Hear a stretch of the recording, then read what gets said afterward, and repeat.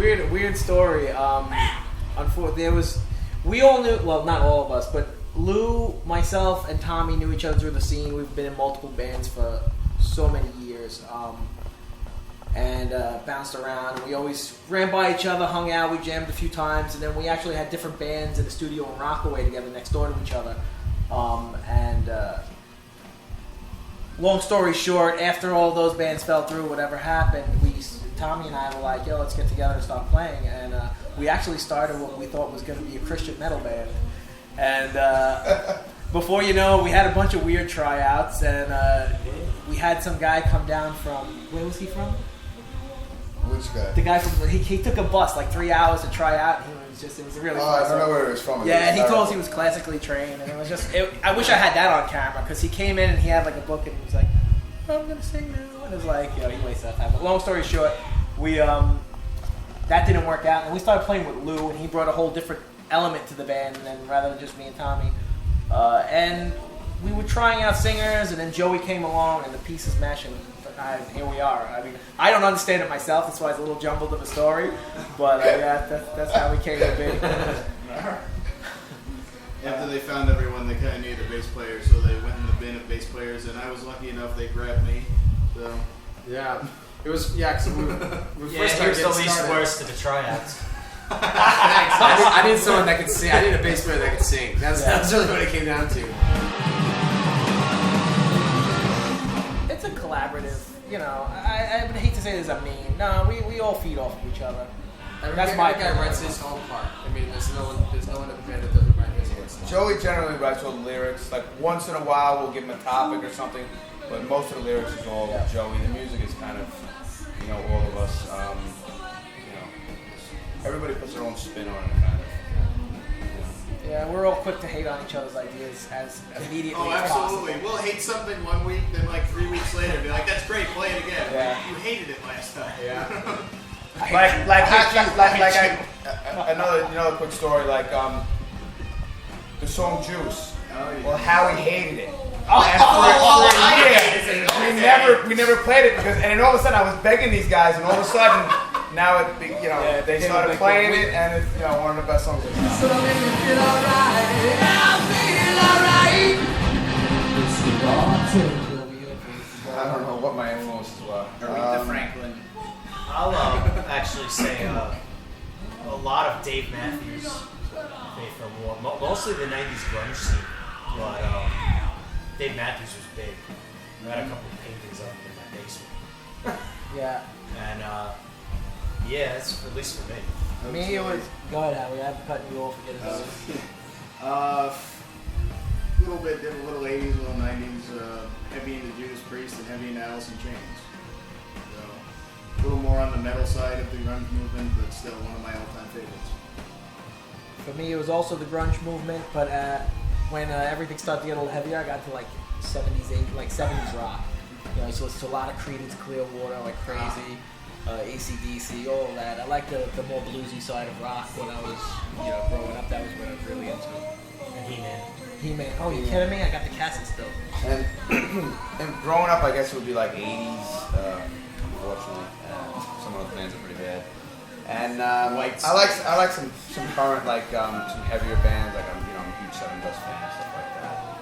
So I mean, it varies.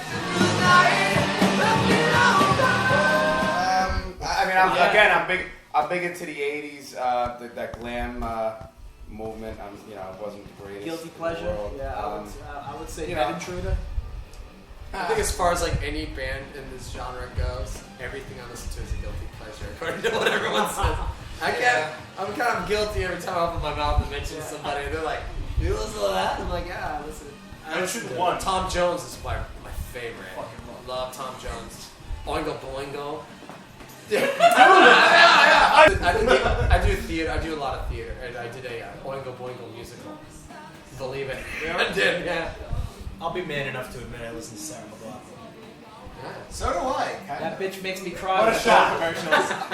Oh. It makes me angry at the world. Sad part is, like, if I started listening to guilty pleasure, we'd be here all fucking night. I go, like, everywhere. I don't know, Michelle Branch is a guilty pleasure of mine.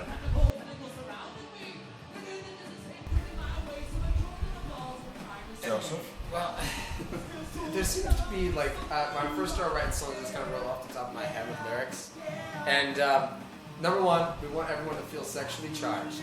That's Yes! what we always Yes! like. We always like that. We like to be a little insightful for people that go through heartache, and we like to be a little insightful for people that go through just personal struggle with self. I think that we deal a little about those type of topics.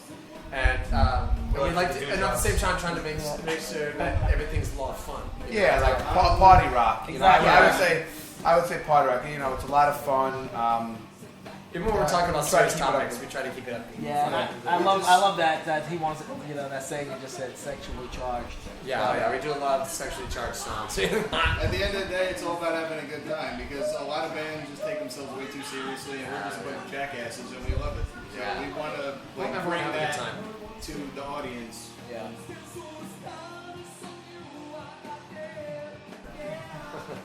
We're all gonna have Oh, we're gonna have different more. I don't care. That's what I want. Faith no more. Motley Crue. You didn't have to have me answer that question. You know? Iggy Pop. Iggy Pop. Love you. Go ahead, Howie. Funny enough, in terms of relevance, Muse. Be great to open for Muse. Right? I would say, you know, Stone Temple Pilots because they were like my all-time favorite growing up, but now with the whole thing, it's got wild soon. And it's a little, I don't know if I'd want to be on it, but yeah, technically, old Stone Temple Pilots. I don't know. It's I like a the new tricky song a lot. It's situation. hard. The new song is actually. This song is really good. I you know what? I went into it being like judgmental, like this is gonna be terrible, and then I was absolutely. like, I like it. I can't take a, you know, but is it Stone He Temple sings Pilots? just like Scott Weiland. That's song, you're yes, splitting he does. hairs. Pretty Right. scared. He does try to. He tries. democracy, right? No.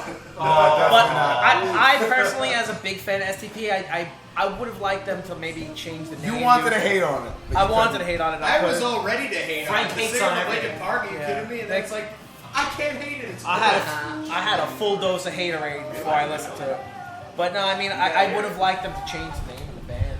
You know, maybe they could have used STP as the initials, but they should maybe like. We just cut a new single that we are releasing the night of our show at Irving Plaza on Saturday night, and that's the beginning of us starting to knock away at this new album. We already have how many songs? We got about 8 full songs, like 13, you know, with half, you know, with ideas and stuff. We still gotta work But out. we still got a ways to go. You know, we still got to work Just, through it. you know, we still have a couple more songs. I'm sure we'll write. That'll be on the album. Yeah. We like We'll to take our talk- time in putting together Yeah. albums. It's like we like to just kind of knock it out We, slowly. we'll start. I'm assuming we'll start tracking at least some of the finished ones probably in July or August. You know, I would say a new album probably, you know, April, May of 2014 or something. Wow, lead guitar. That's tough. Yeah, no pressure. Can I do an either or? Yeah. Do they have to be alive? No. It would either be Dimebag Darrell or Matt Bellamy. Singer. I'd go towards Iggy Pop, and I think for like Bowie, either Bowie or Iggy.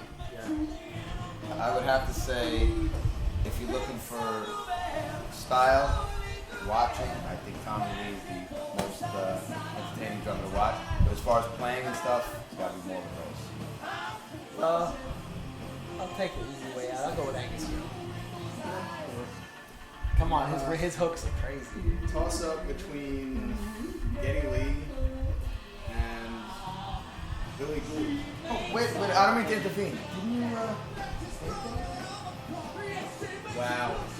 Oh, no. Kind of looked like Geddy Lee. I mean, I don't know. I mean, Or Billy Gould from Faith No More. A lot of donkey shows. Howie donkey shows are getting popular. Every time we do them live, it just seems like the crowd keeps growing. Loves it. Donkey grows, Howie grows, and the crowd grows. In all honesty, And when it's all over, in who all says, honesty, what a lovely tea party? we are like working with possibly working with management. We're getting a lot more on top of like the new album coming out. We're going to be working on video. And I'm sure it's going to be coming out right at the new year, most definitely. And I'm going to be we're such sponges. I mean, we cannot open ourselves up for whatever kind of comes our way, and we also seek out at the same time. So we're like, we don't sit back and go come to us, but we go like throw ourselves in every direction and just see what bites. And so we kind of open ourselves up to whatever happens. So I think that's kind of what to expect from my. We don't know what to expect, but we know Expect the unexpected. the unexpected. Yeah. There you go.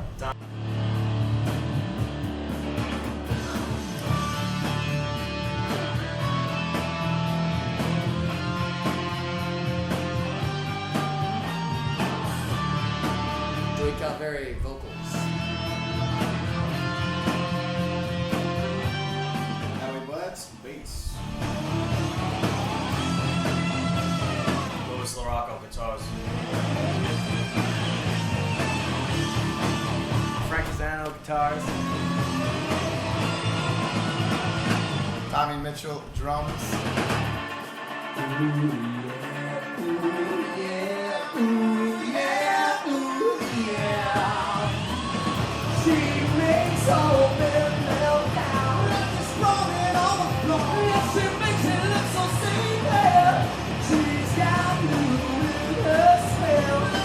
Check out kilScene!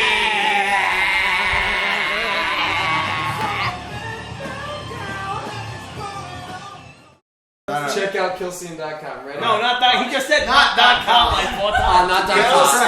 kilScene, not.com. Everyone say that. Sorry.